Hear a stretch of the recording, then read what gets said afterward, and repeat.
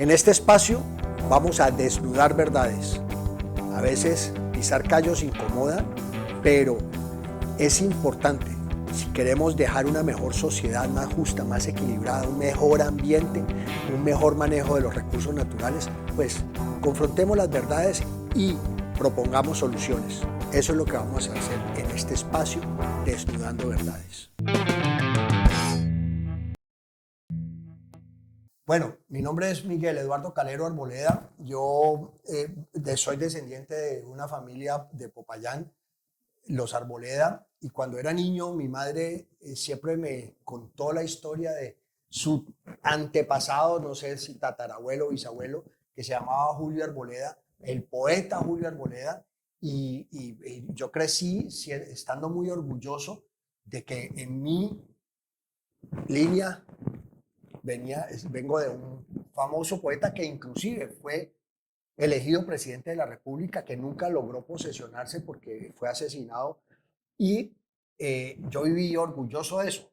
Ahora, ya de adulto, me vengo a enterar que mi antepasado tiene no un pasado que no solo es la poesía, sino otras cosas, pero bueno, me presento yo primero y ahora otro. Bueno, yo soy John Javier Ramos, de Villarrica, el norte del Cauca.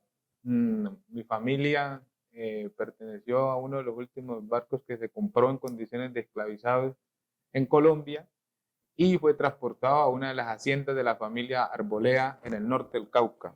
Detrás de mi casa quedó la hacienda La Bolsa, que hoy es conocida como la Hacienda del Alto, de la cual desciende mucho de los afronortecaucanos que hay en la actualidad, incluso la vicepresidencia Francia Márquez.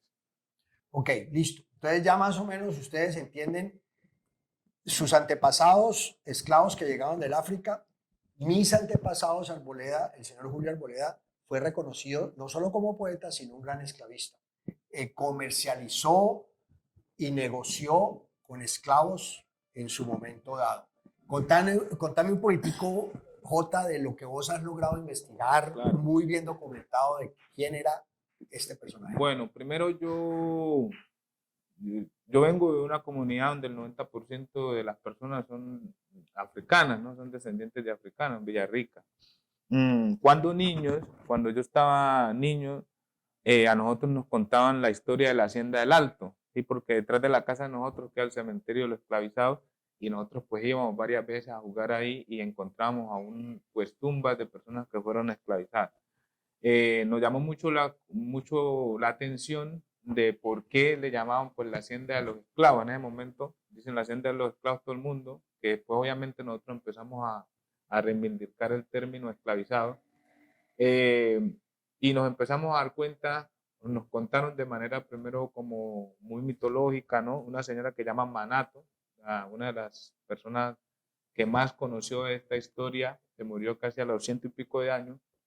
Ella nos decía que el capataz o el dueño de esa hacienda esclavista se llamaba Julio Arboleda, que era como la persona que había secuestrado a nuestros antepasados, ¿sí? Y lo había mantenido en condiciones de esclavizados por mucho tiempo, no humanas, incluso que cuando se dio el tratado de la abolición de la esclavitud, esta persona se había negado, él y su hermano Sergio Arboleda, creo que era, se habían negado a dejarnos en libertad, y la mitad de ese barco que habían comprado para trabajar en sus tierras las terminaban vendiendo en el Perú, ¿sí? Y los otros tuvimos que pagar, o algunos otros tuvieron que pagar por muchos años más para poder lograr su liberación. Ya realmente después de esa historia nosotros crecimos con un sentido de rabia, ¿sí? Porque nosotros podíamos ver nuestra actualidad y nos damos cuenta que no teníamos agua potable, que nuestros papás todavía estaban trabajando en los ingenios azucareros, algunos otros en casas de familia que tenían que venir a trabajar acá en Cali, y finalmente nosotros nos creamos ahora solos. Entonces nosotros, al ver esa situación y ya nosotros pues nos gustaba el arte, pues empezamos a investigar un poco cómo era que habíamos llegado allí, ¿sí? Y de pronto si esta metodología, digamos, este método Este mito que nos habían dicho era real o era un mito. Entonces, la mínima pregunta que un niño podría hacerse o un joven en ese momento yo ya era, ¿cómo llegamos, si éramos africanos, cómo llegamos a tan lejos? ¿Cuántos kilómetros habían? ¿Por qué llegamos? Y empezamos a entender lo que fue el comercio triangular, ¿sí? En 1492, cuando llegan los españoles acá, usan la mano indígena, ¿sí? En esta población para sustraer toda la materia prima o Algunos los de mis recursos otros de los antepasados otros también. antepasados, de los recursos naturales. Durante 100 años, ¿sí? Los tratos que le daban a las personas esclavizadas indígenas eran tan fuertes pues que asesinaron la gran parte de la población y se quedaron sin mano de obra para seguir sustrayendo los recursos naturales. Y es allí cuando entran los ingleses. Un señor llamado John Hawking decide venderle a Felipe IV un barco con los primeros 300 esclavizados. Este señor, que ya venía teniendo tratados comerciales y tratados y acuerdos con africanos, empezó a planearse cómo secuestrar los primeros 300 africanos que fueron traídos a República Dominicana y vendidos a la corona de España, o no vendidos, intercambiados por materias primas, por café, algodón. Entonces este barco zarpó de las costas africanas, vino a América Latina, desembocó los primeros 300 esclavizados, se cargaron con materia prima de América Latina, fueron llevados a Europa, allí fueron estas materias primas manufacturadas, luego estas manufacturas fueron traídas a África, cambiadas por más descendientes de esclavos, esos descendientes de esclavos volvieron a América y así duró 300 años Pero lo que llamó el comercio triangular. yo tengo entendido, Jota, por conversaciones que hemos tenido anteriores, que finalmente los esclavos eran sacados o los habitantes de África, para ponerle un nombre más, estos habitantes africanos eran sacados y llevados a Inglaterra, que era el centro donde se comercializaba. No, sino que ellos se expandían de acuerdo para las diferentes partes. Los esclavizados que iban a Inglaterra, a Liverpool, eran los que iban a mandar a Norteamérica, Ah, ok. pero los que venían a Sudamérica venían de Senegal, de Goré, y de Goré venían hasta Brasil, Salvador de Bahía, y de Salvador de Bahía se regaban. Entonces, Okay. los que llevaban a Inglaterra solamente eran los que iban para Norteamérica y los que iban a quedar en Europa, ¿sí? Los que venían por acá venían de Goré a Salvador de Bahía. Y tengo entendido por otras conversaciones que hemos tenido que los habitantes africanos, y ahora en adelante voy a hablar de habitantes africanos, que se rehusaban a someterse a todo este maltrato, o muchas veces se tiraban del barco y morían en alta mar, o se rehusaban y eran llevados como unas especies de campos de concentración que habían en los Estados Unidos, donde prácticamente los amansaban para devolverlos al mercado comercial, Claro. y donde por haber pasado por ese campo de concentración perdían valor.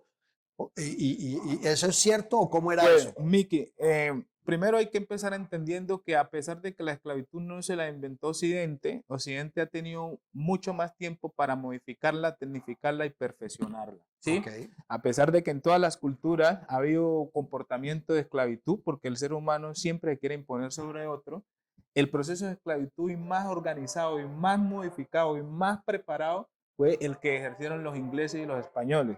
Los ingleses desarrollaban licencias, ¿sí? Licencias que te permitían comprar y vender un esclavo, un esclavizado.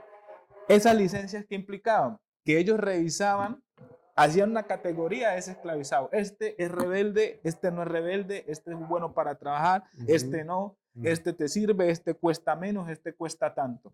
¿Sí? Y lo que hicieron fue convertir todo un continente con diferentes formas de ver la vida en una sola cosa, en un hombre o un ser humano debajeado, por de baja categoría. Entonces, inclusive decían que no tenían alma. claro, entonces traían una persona de Angola, de Mozambique, ¿sí? Los traían de diferentes partes con diferentes culturas, llegaban a Goré, llegaban a Senegal y los ponían todos ahí en un mismo barco y arrancaban. Había gente que ni siquiera se podía comunicar con el otro porque no sabía cómo se hablaba y entraban como toda una sola mercancía. Y venían unas clasificaciones que le hacían las empresas inglesas para poder decirte, este negro vale menos, este vale tanto, este, ¿sí? Y eso se llamó el comercio triangular, las licencias de compra y venta de personas esclavizadas. Bueno, yo quiero aclararles a la gente que está viendo este programa que todo esto está documentado. Claro, Esto claro, no es claro. una invención ni algo que tiene J en la cabeza, sino que ahí vamos a estar mostrando a través del programa los documentos históricos donde está toda esta información para que las personas, si no tienen sus dudas de lo que nosotros estamos diciendo aquí, lo puedan cotejar. Entonces, todo esto que estamos hablando es un estudio muy juicioso que ha hecho J de irse a mirar todos estos documentos y entender un poquitico. Bueno, como el argumento de muchos de los arboledas o de mi familia es que no, Julio era un poeta y por ser poeta y dominaba la lengua, fue bueno con sus esclavos porque les enseñó a leer y a escribir. ¡Qué chimba! ¡Qué berraquera! Entonces los esclavos de Julio escribían y hablaban escribían y entendían los idiomas, mientras que las otras fincas no. Claro, pues mire, es el mismo concepto que tienen los españoles, porque yo me he encontrado con españoles cuando me encuentro por ahí, me dicen, no, pues que ustedes tienen que agradecer que les dimos la lengua, es que no teníamos una, no sabíamos ya escribir, no sabíamos ya, más bien que era que no podían comunicarse, no podían mandar sus órdenes en nuestros idiomas, porque inclusive nosotros en una misma plantación era difícil comunicarse con nosotros, porque como te digo, nos conocíamos, no veníamos de las mismas regiones, ¿sí? Y realmente la idea de que se alfabetizara a las personas esclavizadas era para poder tener un control más fácil sobre ellos, ¿sí? Inclusive en ese momento era por lo que podemos decir por qué se abolió la esclavitud. La esclavitud no se abolió porque los ingleses y a los españoles quisieron y de repente se volvieron buenos con la gente negra, no. Se abolió la esclavitud porque llegó la era industrial y lo que hicieron fue modificarla, ¿sí? Modificarla para que en vez de estar alimentando a personas esclavizadas con cadena, que estas mismas personas vinieran a trabajar por su propia cuenta y ya tendrían menos responsabilidades. ¿Por qué? Porque llegaron las máquinas, lo que hace una máquina se necesita menos esclavizados y quedaron esas personas también con un poquitico de dinero para poder consumir lo que ellos mismos producían. Entonces no hay, detrás de un esclavizador no hay un favor ni una bondad. Todas las acciones que practica una persona es como un secuestrado, es como cuando digamos vemos aquí los casos de los secuestrados, no, pues es que el secuestrador es bueno porque pues no le conviene que te mueras antes de que le paguen el secuestro, ¿sí? Entonces esa es pensar de que la barbarie que hubo detrás de la esclavitud con las personas negras tuvo una buena intención, yo siento que es una utopía. O sea, todo tipo de esclavitud, porque vos lo dijiste al principio, Jota, no, antes de que llegaran los habitantes del África a ser maltratados acá, ya de por sí existía la esclavitud de indígenas e inclusive existía esclavitud entre las mismas tribus. Claro. Habían indígenas que esclavizaban a otras menos progresadas y eso, entonces los grandes esclavizaban a los otros. El concepto de esclavitud ha sido, como vos mismo lo dijiste, un concepto manejado durante toda la historia de la humanidad o gran parte de la historia de la humanidad, pero no hay ningún proceso de esclavitud que se pueda decir que tenga algún viso de bondad, de cosas, porque el solo tener a una persona en contra de su voluntad, sea esclavo o sea secuestrado, es un acto reprochable.